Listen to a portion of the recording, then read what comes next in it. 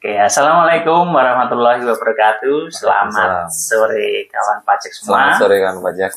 Bertemu lagi dengan kami tim penyuluh KPP Madya Gresik di acara Podcast KPP Madya Gresik Inspiratif dan Solutif. Oke, pada kesempatan kali ini saya ditemani oleh Mas Adri. Oke, gimana kabarnya Mas Adri? Alhamdulillah sehat. Mas Budi bagaimana? Alhamdulillah baik juga Mas Adri. Adri. Mas Budi. Korteks ini memang luar biasa. Luar biasa. Jadi gini Mas Adri, pada kesempatan sore hari ini kita coba ngobrol ringan tentang korteks. Jadi gimana sih kabar korteks akhir-akhir ini?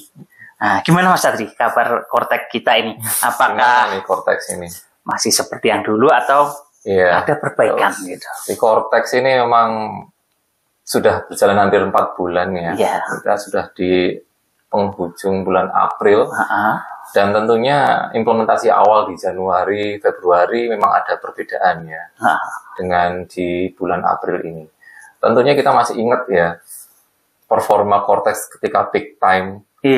Untuk pelaporan SPT masa Februari. Nah, itu benar-benar lagi tinggi-tingginya load dari korteks ini Mas Budi. Jadi waktu itu kita mendapat banyak keluhan ya, karena respons time-nya ini lama. Jadi mau loading aja mungkin harus bersabar ya. Karena memang hampir seluruh Indonesia itu mengakses korteks. Jadi performa korteks yang masih terus dikembangkan oleh tim siap dan developer ini memang masih terus kita perbaiki, dan alhamdulillah ini menunjukkan tren positif. Karena kabar terbarunya ini kabar terbaru korteks kali ini di hari ini bahwa sudah ada pembaruan sistem. Alhamdulillah. Pembaruan sistem ini akan meningkatkan efisiensi ketika transaksi atau traffic transaksinya itu naik. Sebagai contoh ya, dari proses login sekarang itu yang tadinya 1 detik sekarang menjadi kurang dari 1 detik, jadi 0,1 detik. Wah, respons time-nya ini semakin berkurang, jadi itu semakin cepat. Kemudian di probis registrasi ya, atau di pendaftaran wajib pajak, itu dari tadinya respons time-nya 1,13 detik, sekarang ini menjadi 0,06 detik. Lebih cepat lagi ya, lebih cepat lagi ya. Ini bukti peningkatan performa. Yang ketiga, faktur pajak. Tentunya ini yang paling sering dipakai ya untuk proses penerbitan faktur pajak. Ini frekuensinya paling tinggi. Nah, ini sempat dulu itu mencapai di bulan Maret itu sampai 9,3 detik. Hampir 10 detik hampir ya. 10 detik. Ini di tanggal 15 April. Kemudian di tanggal 18-nya sudah menjadi 0,1 detik. Jadi kembali performanya naik. Lumayan sekali. Jauh lebih cepat. Setelahnya juga untuk penerbitan Bupot. Bupot ini yang paling lama ini. Sampai 50 detik, hampir 1 menit. 51 detik. Sekarang sudah diperbaiki sehingga menjadi 0,2 detik. Kurang lebih sama dengan faktur ya Mas ya. Merupakan peningkatan yang signifikan sekali. Semoga ini terus berjalan. Dan yang terakhir, SPT. Nah, pada zaman-zaman kita masih berjibaku dengan jatuh tempo. Waktu itu juga hampir masuk ke libur atau cuti bersama Lebaran. Pada ingin cepat-cepat lapor. Nah, saat itulah peak time-nya untuk penyampaian SPT masa. Itu sampai 21 detik. Sampai 21 detik. Dan kini sekarang sudah menjadi 0,001 detik. 1000 kali lebih cepat. Memang saat di akhir bulan Maret, tanggal 27, menjelang libur atau cuti bersama itu masih justru naik dari 21 detik menjadi 30 detik. Response time-nya untuk loading SPT masa aja. Namun sekarang sudah sangat cepat. Jadi ini benar-benar peningkatan performa. Dan kalau boleh tahu capaian dari korteks ini dari sisi penerbitan dokumen perpajakan, bayangkan ini korteks sudah menerbitkan 198 juta FP atau faktur pajak per 20 April. Dan Bupot Bupot ini yang kedua, dokumen terbanyak kedua yaitu 70 juta. 70 juta. Setiap bulannya sekitar 24 juta Bupot. 24 juta. Oke. Kemudian untuk SPT atau tanda terima SPT, kita sudah menerbitkan tanda terima untuk 933.000 SPT masa PPN. Ada yang lebih lagi yaitu PPh pasal 21, ini 997.000.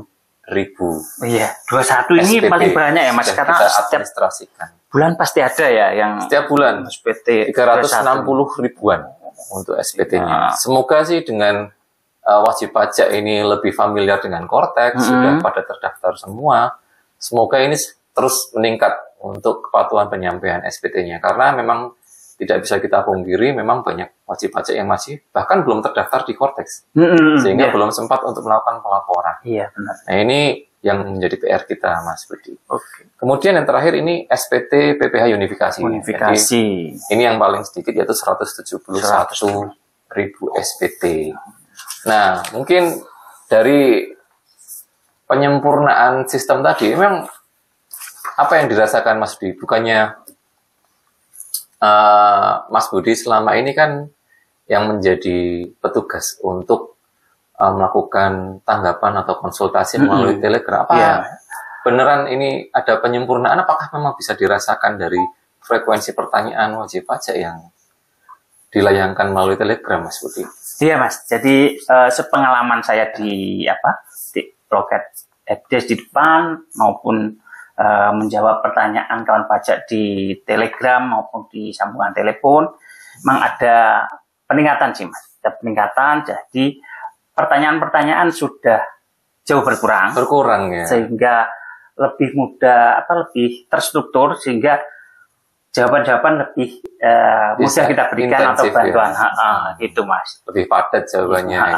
Dari yang dulu banyak sekali ragamnya, sekarang jauh berkurang. Ragamnya banyak, frekuensinya juga tinggi. Mas. Tuh. Oke, nah itu karena penyempurnaan yang dilakukan di modul-modul yang ada di server Kortex. Nah, sebagai contoh, kita breakdown aja itu sampai dengan hari ini, update yang dilakukan yang terkini untuk setiap probis atau proses sistem yang ada di Kortex. Yang pertama, di proses registrasi ini, pemadanan NIK dan NPWP ini menjadi lebih stabil dan responsif. Kemudian juga penyesuaian untuk pendaftaran wajib pajak badan, dia lebih lancar karena validasinya sudah dibikin lebih efisien, tidak banyak error ketika ada yang belum terisi seperti itu.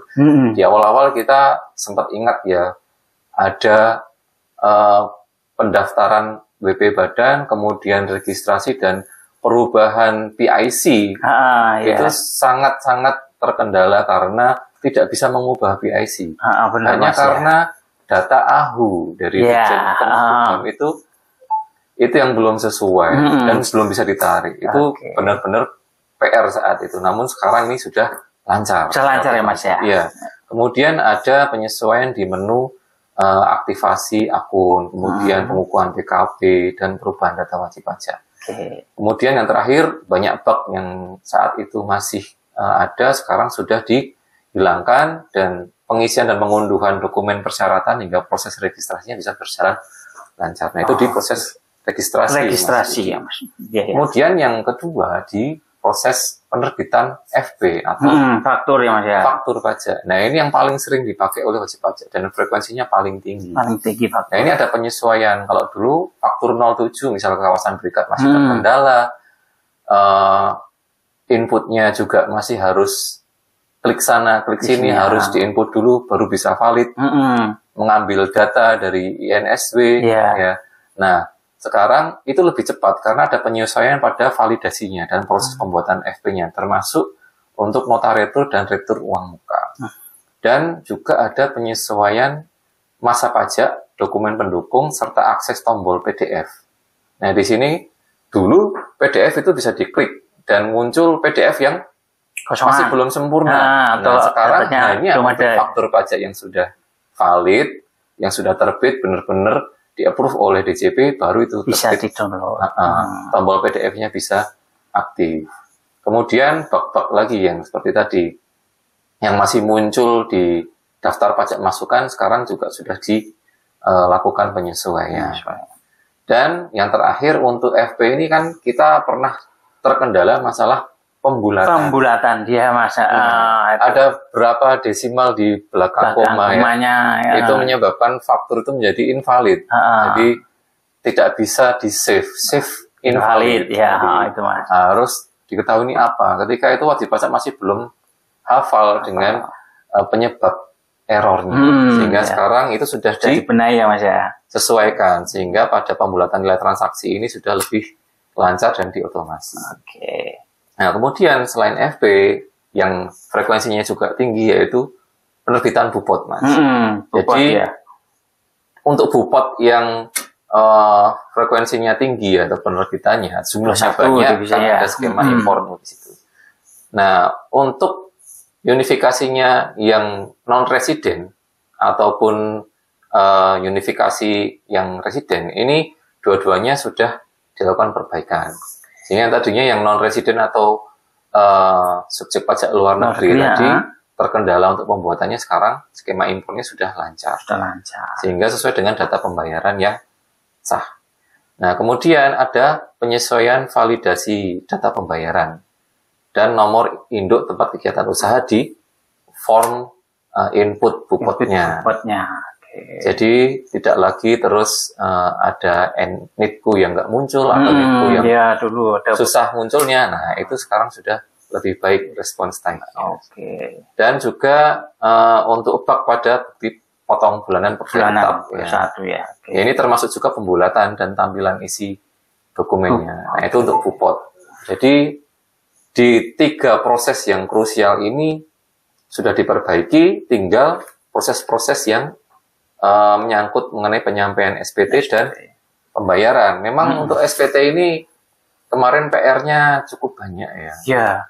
Karena loadingnya lama, datanya mungkin datanya belum sesuai, belum sempurna. Ada angka-angka yang tidak sesuai dengan akumulasi atau agregat dari BUPOT atau fakturnya ya Mas ya. Nah, sekarang ini sudah diperbaiki. Ya. Kemudian untuk pembayaran juga sudah ada penyempurnaan proses di permohonan pemindah bukuannya atau pengembaliannya. Kemudian penyesuaian juga persetujuan atas dokumen pengembalian. Misal ada lebih bayar yang dimintakan pengembalian pendahuluan, maka prosesnya itu lebih mudah. Dan penerbitan produk hukumnya juga sudah lebih lancar, sehingga tidak menunggu lagi kendala itu harus diatasi sebelum bisa menerbitkan produk hukum untuk mengakui kelebihan bayar.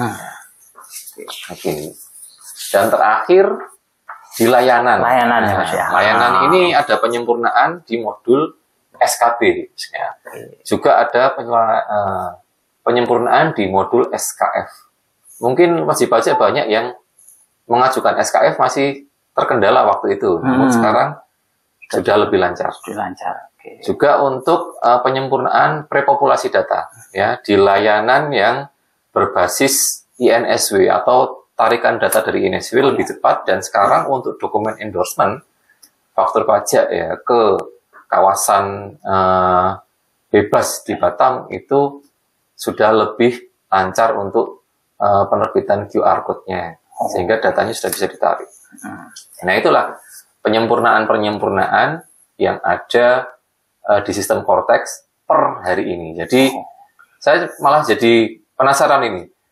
Mas Budi ketika menghandle chat-chat yang cukup banyak dari Telegram, wajib pajak ini terkendala apa aja sih sebenarnya yang banyak ditanyain wajib pajak ketika Cortex ini performanya turun, seperti Oke Mas. Waktu itu apa aja sih? Kita mungkin bisa bahas satu persatu. Mungkin mulai dari probis registrasi dulu. Oke Mas. Jadi memang kawan pajak mungkin mengalami juga bahwa di Cortex masih itu beberapa kendala terjadi ya. Nah ini kita mulai dari proses registrasi Mas. Ya, registrasi ini sering pendaftaran.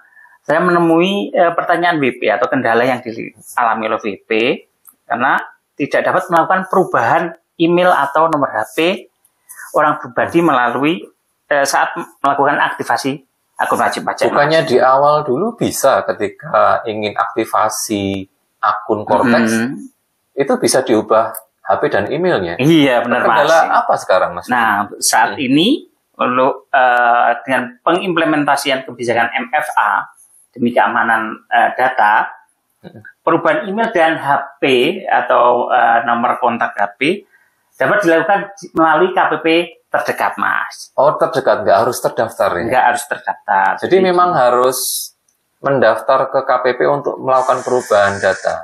Nanti dibantu oleh petugas di KPP terdekat. Kenapa kok diubah seperti itu? Bukannya itu kalau dari persepsi wajib pajak lebih sulit atau lebih repot itu, Mas? Alasannya kenapa ya? Nah, ini untuk keamanan data, Mas. Jadi kembali kita di DJP sangat menaruh perhatian akan keamanan data wajib pajak, sehingga perubahan data, karena perubahan data nomor HP kemudian email ini sangat krusial, Mas. Sangat krusial. Kita menerima BPE misalnya dari dikirim ke email. Kita melakukan konfirmasi, juga diarahkan ke nomor termasuk HP. Verifikasi untuk identitas ya. Benar sekali, Mas. Jadi memang data HP dan data alamat email ini sangat krusial, sehingga untuk perubahannya DJP melakukan tindakan untuk pengamanan, salah satunya dengan cara untuk sementara atau untuk saat ini perubahan alamat email maupun nomor HP dapat dilakukan di KPP terdekat, Mas. Apakah memang ada kasus-kasus yang muncul seperti pencurian data ataupun pencurian akun gitu ya? Nah, ini yang menyebabkan instansi kita ini berubah tingkat keamanan datanya sehingga harus menggunakan MFA. Tentu kita atau DJP mengantisipasi supaya apa yang kita khawatirkan itu tidak akan terjadi, Mas. Salah satunya dengan menerapkan MFA tadi. Oke, terus kemudian sebenarnya masih ada kendala-kendala lain, Mas, terkait proses registrasi. Contohnya ini misalnya kalau ada istri yang berstatus atau sebagai direktur. Oh, direktur. Ya, oh, dia harus jadi PIC. Karena dia direktur, dia adalah penanggung jawab atau PIC.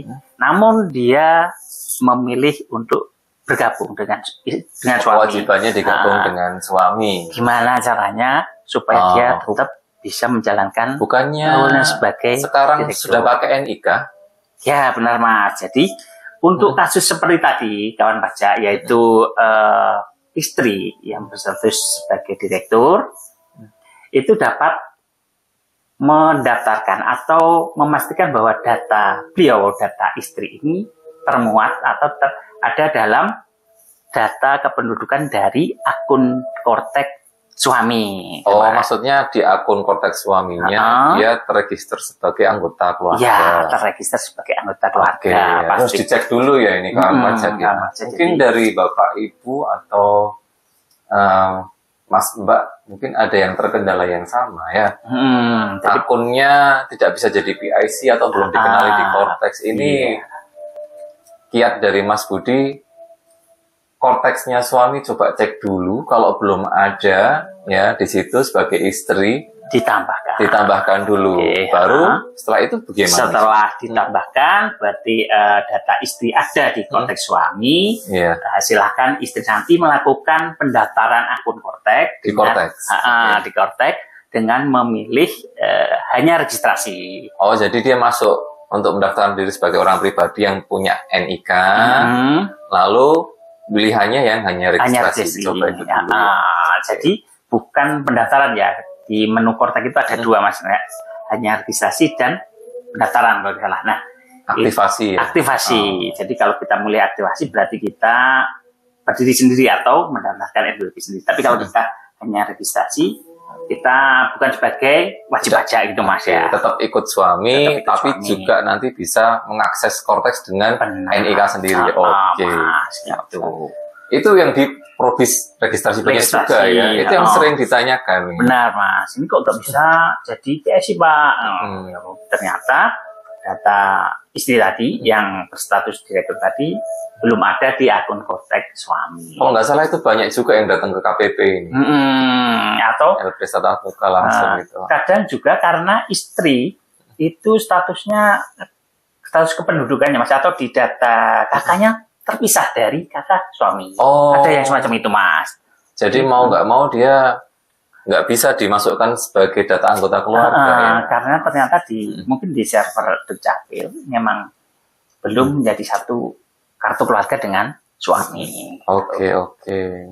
Kemudian yang kedua nih, yang sering dipakai ini adalah proses penerbitan FP. Penerbitan faktur ya Mas. Nah, ini untuk pajak ini kan frekuensinya paling tinggi. Paling tinggi. Telegram. Macam-macam itu kayaknya. Macam-macam masalahnya. Tapi yang paling sering? Yang paling sering ini salah satunya adalah penerbitan nota retur dari faktur yang diterbitkan di aplikasi e-faktur desktop. Emang bisa nyambung itu datanya ya? Nah, ini untuk kasus pembuatan nota retur saat ini atas faktur yang diterbitkan di aplikasi e-faktur Mas Adri, maka disarankan untuk menggunakan atau melakukan retur dengan memastikan bahwa faktur tersebut sudah ada di Kortex. Jadi ada dilihat dulu Kortexnya. Di Kortex apakah faktur tadi muncul di Kortex, dan pastikan sudah dikreditkan. Jadi di sisi PM kita lihat daftarnya, kalau sudah muncul itu seharusnya bisa dilakukan penerbitan nota retur. Karena di beberapa kejadian ternyata fakturnya sudah ada di Kortex tapi statusnya belum dikreditkan. Ini masalah migrasi data. Nunggu ini. Masih ada antriannya. Karena ini tahun pajaknya dan penerbitan faktur itu nggak cuma 1 tahun 2 tahun ya. Sampai 5 tahun ke belakang masih bisa dilakukan penerbitan retur sebenarnya secara sistem ya, meskipun tidak lazim. Namun secara sistem kita juga perlu memigrasi data yang sebanyak itu ya. Bayangkan itu FP itu ada berapa juta. Dari faktur yang ada di setiap laptop itu dipindah ke server DCP. Mas Budi. Kemudian ada lagi nih Mas, metode ya, lebih ke teknis ini Mas. Pembuatan faktur uang muka Mas. Jadi, uang muka ada pelunasan. Jadi uang mukanya ini di 2024 atau pakai aplikasi sistem lama. Pelunasannya di tahun ini saat kita menggunakan Kortex. Kendalanya di apa itu keluhannya wajib pajak itu? Karena di Kortex kita menggunakan semacam formulirnya berbeda dengan formulir yang kita isikan waktu pembuatan faktur. Isiannya berbeda. Kalau dulu di e-faktur kan kita tidak memerlukan DPP nilai lain ya. Nah, semenjak PMK 131. Yang membuat DPP itu menjadi 11/12 itu ya. Iya, karena itu Mas. Jadi itu banyak sekali wajib pajak yang terkendala itu. Bingung. Gimana nih? Fakturnya dulu DPP-nya nggak pakai nilai lain. Sekarang pelunasannya pakai nilai lain. Ada yang sampai minus juga itu. Saldonya. Jadi minus itu nilai PPN-nya. Itu gimana Mas Budi? Nah, untuk kasus pelunasan dari faktur yang diterbitkan di faktur di tahun 2024. Nah, itu kami sarankan untuk wajib pajak melakukan pembuatan faktur pelunasan di aplikasi e-faktur. Masih bisa dipakai e-faktur? Bisa. Kalau sudah expire, sertelnya bisa digunakan? Masih bisa dilakukan perpanjangan sertifikat perpanjangan sertifikat elektronik. Diperpanjang dulu. Setelah itu bisa dilakukan. Bisa dilakukan perekaman faktur di aplikasi. Tapi kalau tidak punya nomor serinya gimana? Kan ini faktur pelunasan kan berarti faktur baru. Aplikasi e-faktur desktop butuh batch nomor seri faktur yang dimintakan. Kalau itu sudah kosong harus minta lagi berarti. Minta lagi Mas. Kemudian lanjutnya itu tadi di faktur, kemudian kita beralih ke bukti potong. Nah, ini bukti potong Mas, bukti potong ini memang Bupot 21. Terutama 21 ya. 21 itu kan rutin setiap bulan, setiap masa pajak pasti ada. Bahkan walaupun PPh-nya 0 ya Mas.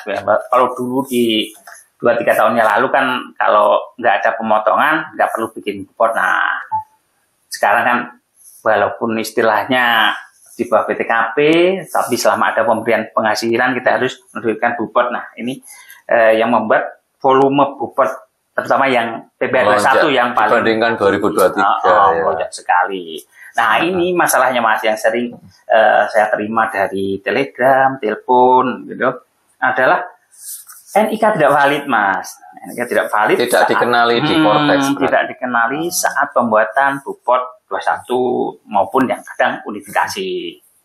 Nah, jadi solusinya untuk permasalahan ini dipastikan dulu kawan pajak bahwa NIK yang atau pegawai yang kita potong itu sudah valid, isinya terdaftar di Dukcapil. Karena begini, saya pribadi mengalami Mas ya. Jadi ternyata nomor kartu keluarga saya itu berbeda dengan kartu keluarga yang saat ini saya pegang. Itu waktu setahun yang lalu kalau salah itu. Karena ada pindah kakak atau apa Mas? Bukan, ternyata memang dari Dukcapil itu ada perubahan. Ada perubahan. Perubahan di kartu keluarga, nomor kartu keluarga. Nah ini kalau kawan pajak menemui kendala, kok NIK-nya nggak terdaftar padahal sudah sesuai dengan IKTP yang dipegang. Nah itu mungkin bisa melakukan konfirmasi ke Dukcapil setempat.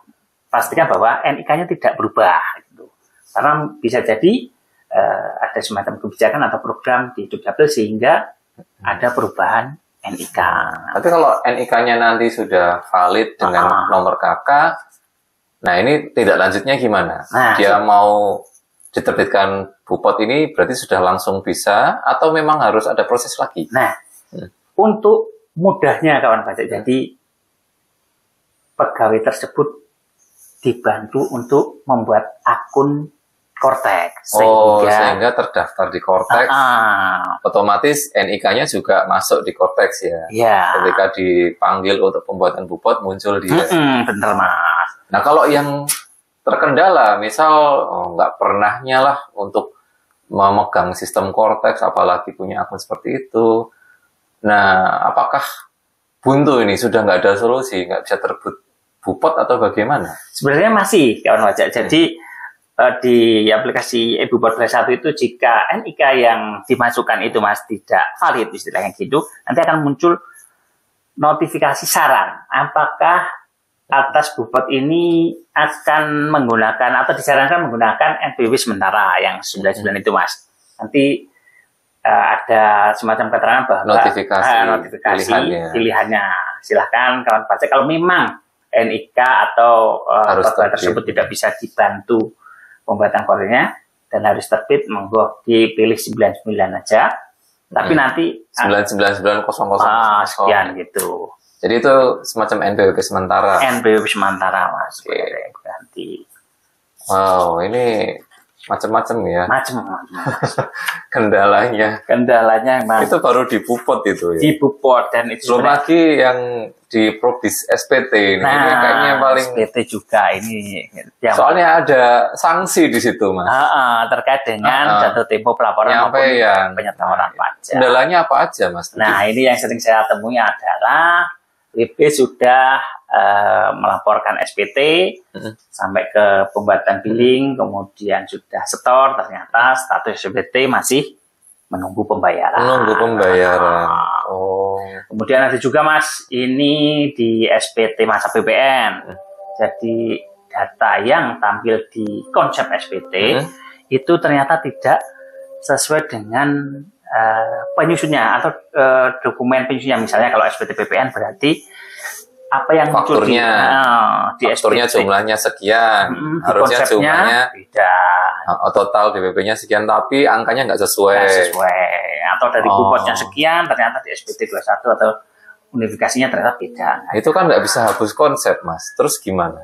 Nah, untuk yang SPT kan terpopulate sendiri di awal bulan. Ya, untuk PPN ya Mas. Konsep SPT itu kan muncul sendiri. Sendiri. Kalau memang kita bisa hapus seperti SPT masa yang lain kayak PPh 21, unifikasi, itu oke lah, kita bisa loading ulang. Tapi kalau SPT PPN ini gimana? Ya, benar Mas. Jadi kawan pajak memang untuk SPT masa PPN, untuk SPT status normalnya di-generate by system. Jadi aplikasi Kortex yang memunculkan konsepnya. Kita tidak bisa membuat konsep SPT normal dari SPT masa PPN Mas. Nah, tapi untuk kendala ya tadi, misalnya konsep itu ternyata tidak mencerminkan nilai yang sebenarnya dari dokumen penyusunnya, misalnya dari data fakturnya berapa, tapi kok di konsep SPT-nya berbeda. Nah, untuk permasalahan seperti itu, sejak pertengahan Februari atau Maret ya, Februari. Nah, itu Maret. Ada menu baru, yaitu tombol posting SPT. Posting, kayak di web e-faktur dong. Ya, kata-katanya sama. Cuma ini lebih berfungsi untuk melakukan update refresh-nya atau update data. Jadi silahkan kawan pajak, pastikan dalam penyusunan SPT, jika diteliti ternyata ada data faktur dengan SPT-nya berbeda, silahkan ada klik tombol posting SPT. Bukti posting SPT ya, Mas Budi ya. Banyak juga ya kendala yang di SPT ini, termasuk ini. Saya dengar ya, itu banyak yang mengeluhkan soal kompensasi double itu. Ya, itu ada juga wajib pajak pembetulan, SPT-nya sama-sama lebih bayar, nilai LB-nya, kompensasinya masuk semua. Sehingga dia ganda nih, seharusnya cuma setengahnya aja. Jadi double kompensasi ya. Nah, itu sudah ada solusi atau belum ya? Untuk selama ini kalau tentang kompensasi ini kami eskalasi ke tim IT DJP, namun dari beberapa hari ini ada semacam perbaikan dan kita harapkan dengan perbaikan itu permasalahan kompensasi ganda bisa teratasi, Mas. SPT yang pembetulannya mulai April ini sudah berbeda ya. Insya Allah perlakuan kompensasinya. Okay. Cuman memang untuk yang masa Februari dan Januari itu memang harus dieskalasi. Karena memang kita juga nggak pegang sistemnya. Benar jadi kita sekali. Tetap meminta bantuan tim siap di pusat ya untuk bisa mengatasi masalah ini dengan mengirimkan tiket eskalasi kendala. Iya, jadi kawan pajak mohon pengertian karena kami di KPP mempunyai keterbatasan dalam melakukan atau memberikan solusi, terutama berkaitan dengan aplikasi dan datanya. Jadi pihak KPP tidak dapat melakukan perubahan terkait data. Salah satu contohnya tadi Mas yang kompensasi itu KPP nggak mungkin bisa menghapus kompensasi. Tentu kami hanya bisa mengeskalasi karena ini terkait dengan teknis aplikasi. Cukup banyak ya kendala di SPT ini. Belum lagi yang masalah pembayaran ini. Proses pembayaran yang sudah bayar tapi kayak belum masuk datanya di Cortex. Iya benar, Mas. Ada memang beberapa kejadian bahwa sudah submit SPT, muncul billing sudah dibayar, BPE sudah terima, bahkan Mas SPT masih di status menunggu pembayaran. Ada juga yang belum menerima BPE, tapi stuck masih tertahan di menunggu pembayaran, sudah bayar gitu. Padahal sudah bayar.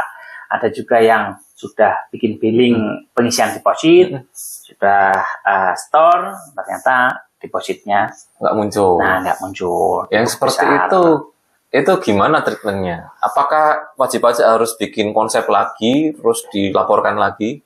Karena kan menunggu pembayaran itu kan jatuh temponya 7 hari. Kalau 7 hari lewat, SPT yang menunggu pembayaran itu kan kembali menjadi konsep. Ya.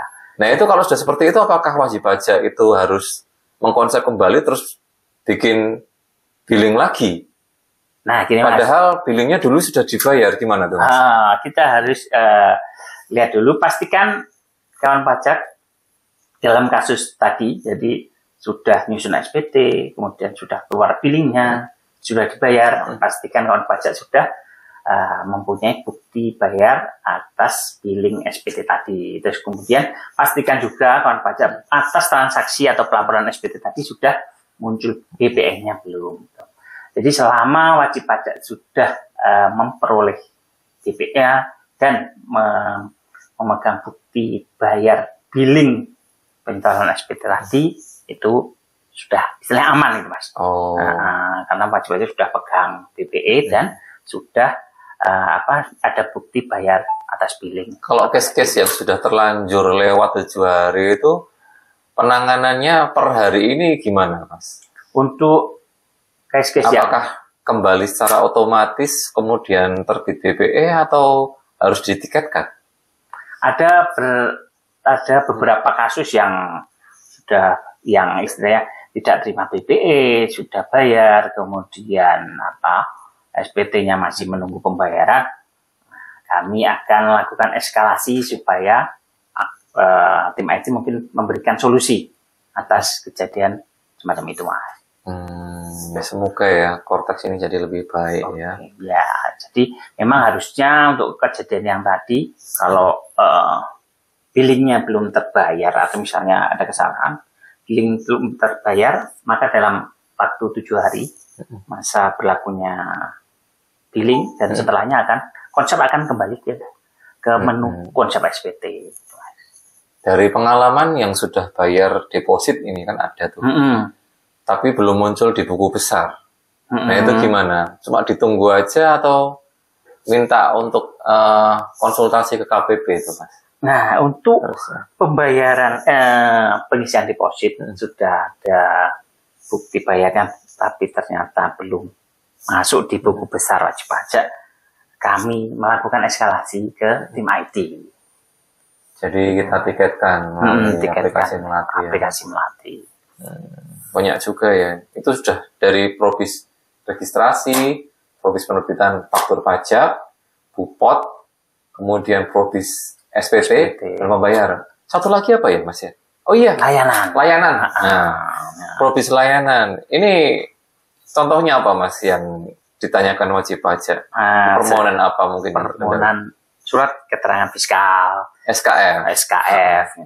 Memang banyak ya yang menanyakan SKF atau SK apa?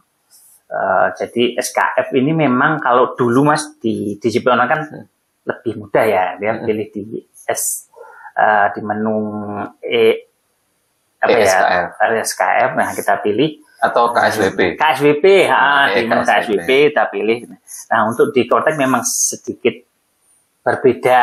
Nah, mungkin wajib pajak belum familiar. Jadi memang di tahapan aja sih sebenarnya. Jadi memang sebenarnya formulirnya itu sudah diisi lengkap. Tapi ada tahapan proses yang belum dilewati oleh wajib pajak atau belum diselesaikan oleh wajib pajak, sehingga sepanjang wajib pajak ini belum menerima BPE, maka itu prosesnya itu belum selesai, disubmit berarti. Jadi harus sampai BPE diterbitkan, baru itu yakin bahwa permohonan itu sudah disampaikan. Kalau memang belum terbit BPE, pasti ada tahapan yang belum diselesaikan. Ada langkah yang belum dilakukan oleh pemohon. Biasanya langkah apa itu? Kalau di proses penyampaian permohonan layanan itu kan biasanya ada penandatanganan elektronik ya. Nah, kemungkinan Pastres itu. Mungkin itu belum ya. Ya, tahapan penandatanganan itu belum dilakukan, Mas, atau masukkan TTE-nya itu. Jadi jangan lupa kawan pajak, mungkin banyak yang mengajukan layanan untuk penerbitan surat keterangan ataupun SKB, SKF dan segala macam.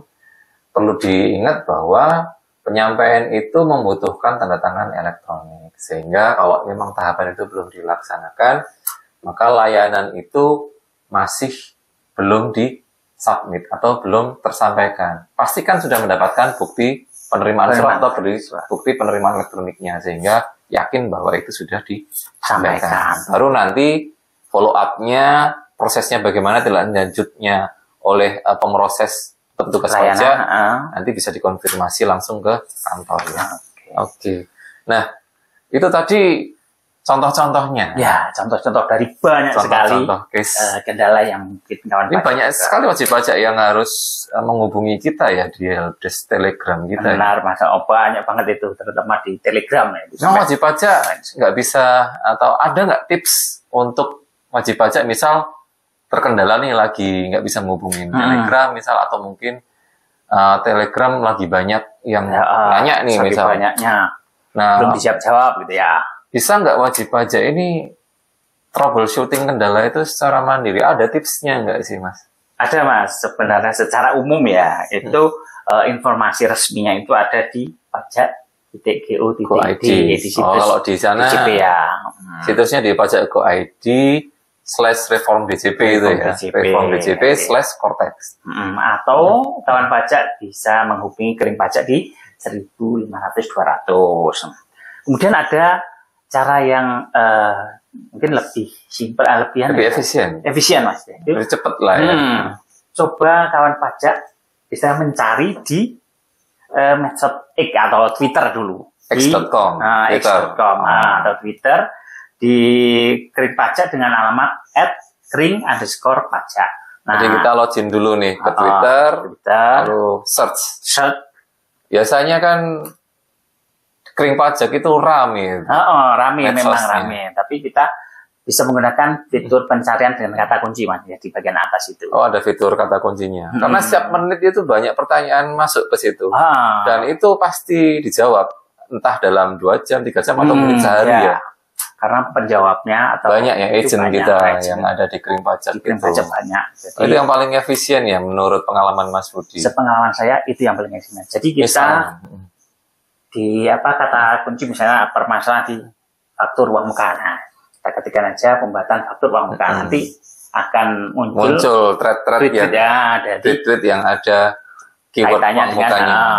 Atau mungkin kode errornya ya. Atau kode errornya apa gitu masukkan. Jadi, biasanya banyak itu muncul resultnya itu. Misalnya hasil pencarian. Jadi ajarkan pajak mana yang paling cocok dengan case yang dihadapi saat ini. Silakan disesuaikan apakah ini sesuai dengan kendala yang kawan pajak hadapi. Nah, kalau misalnya berbeda, coba dicari tweet-tweet yang lain yang hasil dari pencarian tadi. Biasanya sukses rate-nya berapa itu dengan nyontoh solusi di X.com atau Twitter itu Mas? Lebih dari 50% atau ya 50% aja? Iya, lebih sih Mas. Saya sering ketemu, ternyata jawabannya seperti karena ada penanya lain yang mempunyai kendala yang sama. Seluruh Indonesia ya itu. Penanya seluruh Indonesia. Penjawabnya juga kredibel itu, agent dari Klip ya, kantor layanan informasi perpajakan yang posisinya di pusat di Jakarta. Ya, itu adalah salah satu cara yang menurut saya efektif sih Mas. Kalau di X.com atau Twitter nggak ada, baru kemana lagi ini? Nah, kalau misalnya ternyata dari pencarian di X tadi, di Twitter tadi, monggo kita bisa kawan pajak menghubungi kami di Telegram. WhatsApp atau Telegram? Telegram, karena WhatsApp kita sudah di-ban 2 kali ya. Jadi mohon maaf kawan pajak ya, mungkin yang tadinya sudah nyaman menggunakan WhatsApp, mungkin karena kendala teknis yang kami alami, nomor WhatsApp kami tidak bisa lagi digunakan dan kami sementara ini beralih ke Telegram. Chat helpdesk Telegram. Mungkin bisa disebutkan nomornya? Nomornya sama dengan nomor saudara kami, jadi dari nomor WhatsApp pelayanan. Jadi 0822 6000 5636. Oh, jadi WhatsApp-nya itu untuk teman-teman pelayanan.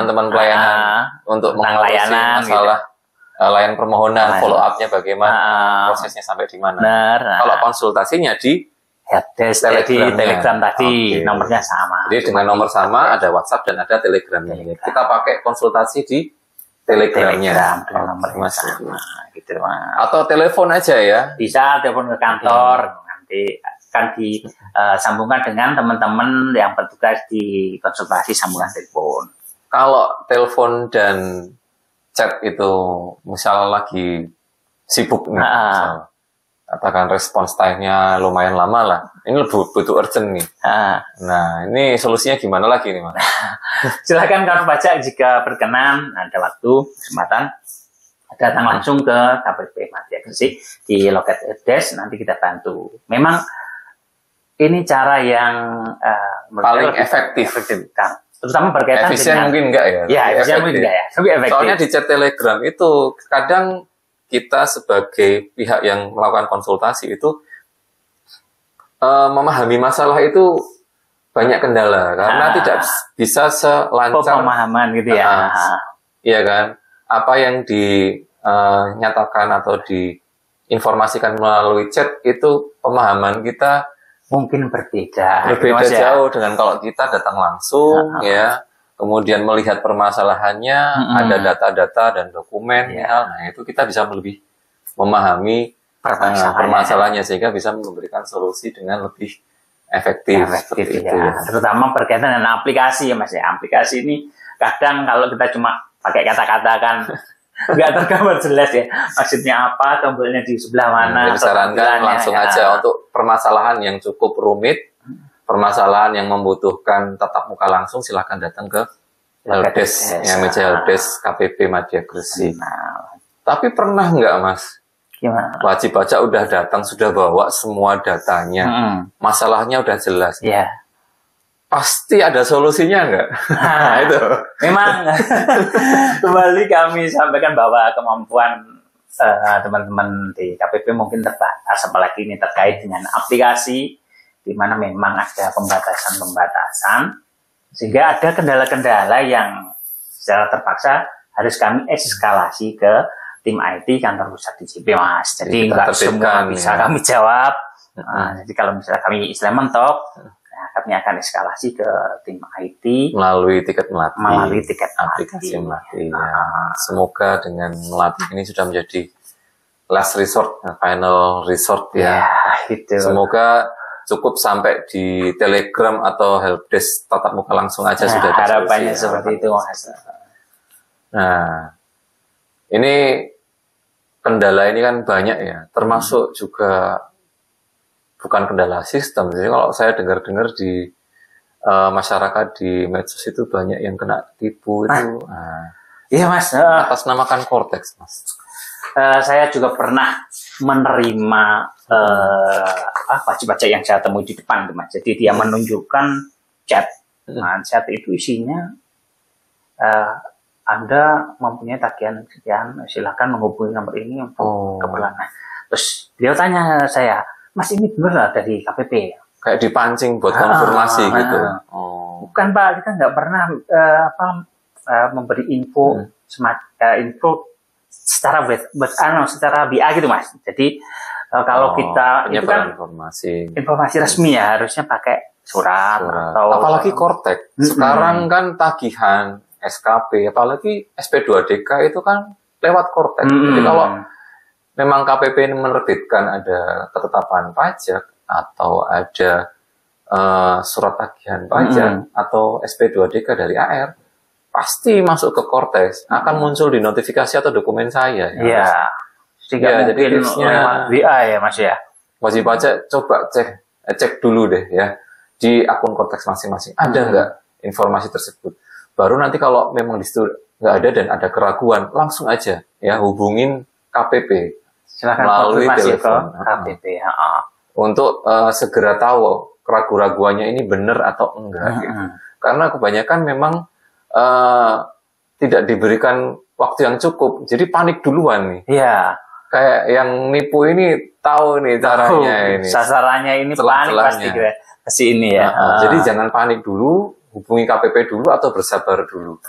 Jadi, kalaupun kita menerbitkan tagihan dan ingin melakukan tindakan penagihan, pasti itu akan diawal dengan surat fisik dulu.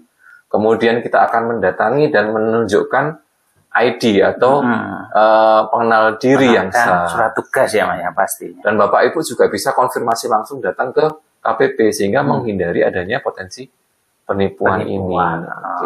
Ada juga loh Mas penipuan-penipuan yang berbasis aplikasi gitu. Benar Mas. Tahu ada APK gitu Mas. Diminta menginstal APK. Nah itu sekali lagi kawan pajak pastikan kami di DJP tidak pernah meminta wajib pajak untuk melakukan instalasi aplikasi Android gitu ya? APK atau jadi APK yang dikirimkan terus diminta untuk menginstal itu pasti bukan dari DJP dan itu ada kemungkinan adalah salah satu metode penipuan. Oke, jadi kita harus selalu waspada ya. Jadi lindungi diri Anda ya. Lindungi dari penipuan yang dilancarkan melalui media digital. Apalagi sekarang ini zamannya IT semakin canggih. Mas. Sekali klik aja sudah bisa lah. Udah terbang itu saldo rekeningnya. Nah, kabarnya seperti itu. Jangan sampai kita terjerumus pada modus penipuan yang memanfaatkan celah ketidaktahuan wajib pajak. Selalu hubungi kantor pajak dan minta konfirmasi atas keraguan-raguan apabila ada usaha untuk melaksanakan atau melakukan penipuan dari pihak-pihak yang tidak bertanggung jawab. Benar. Mantap ini Mas Budi. Nah itu tadi kendala-kendala dari wajib pajak. Nah kalau dengan demikian bahasan kita kali ini ya Mas Budi, kita cukupkan sampai di sini. Ya. Semoga update Cortex atau situasi server Cortex maupun performa atau kinerja Cortex ini semakin lancar.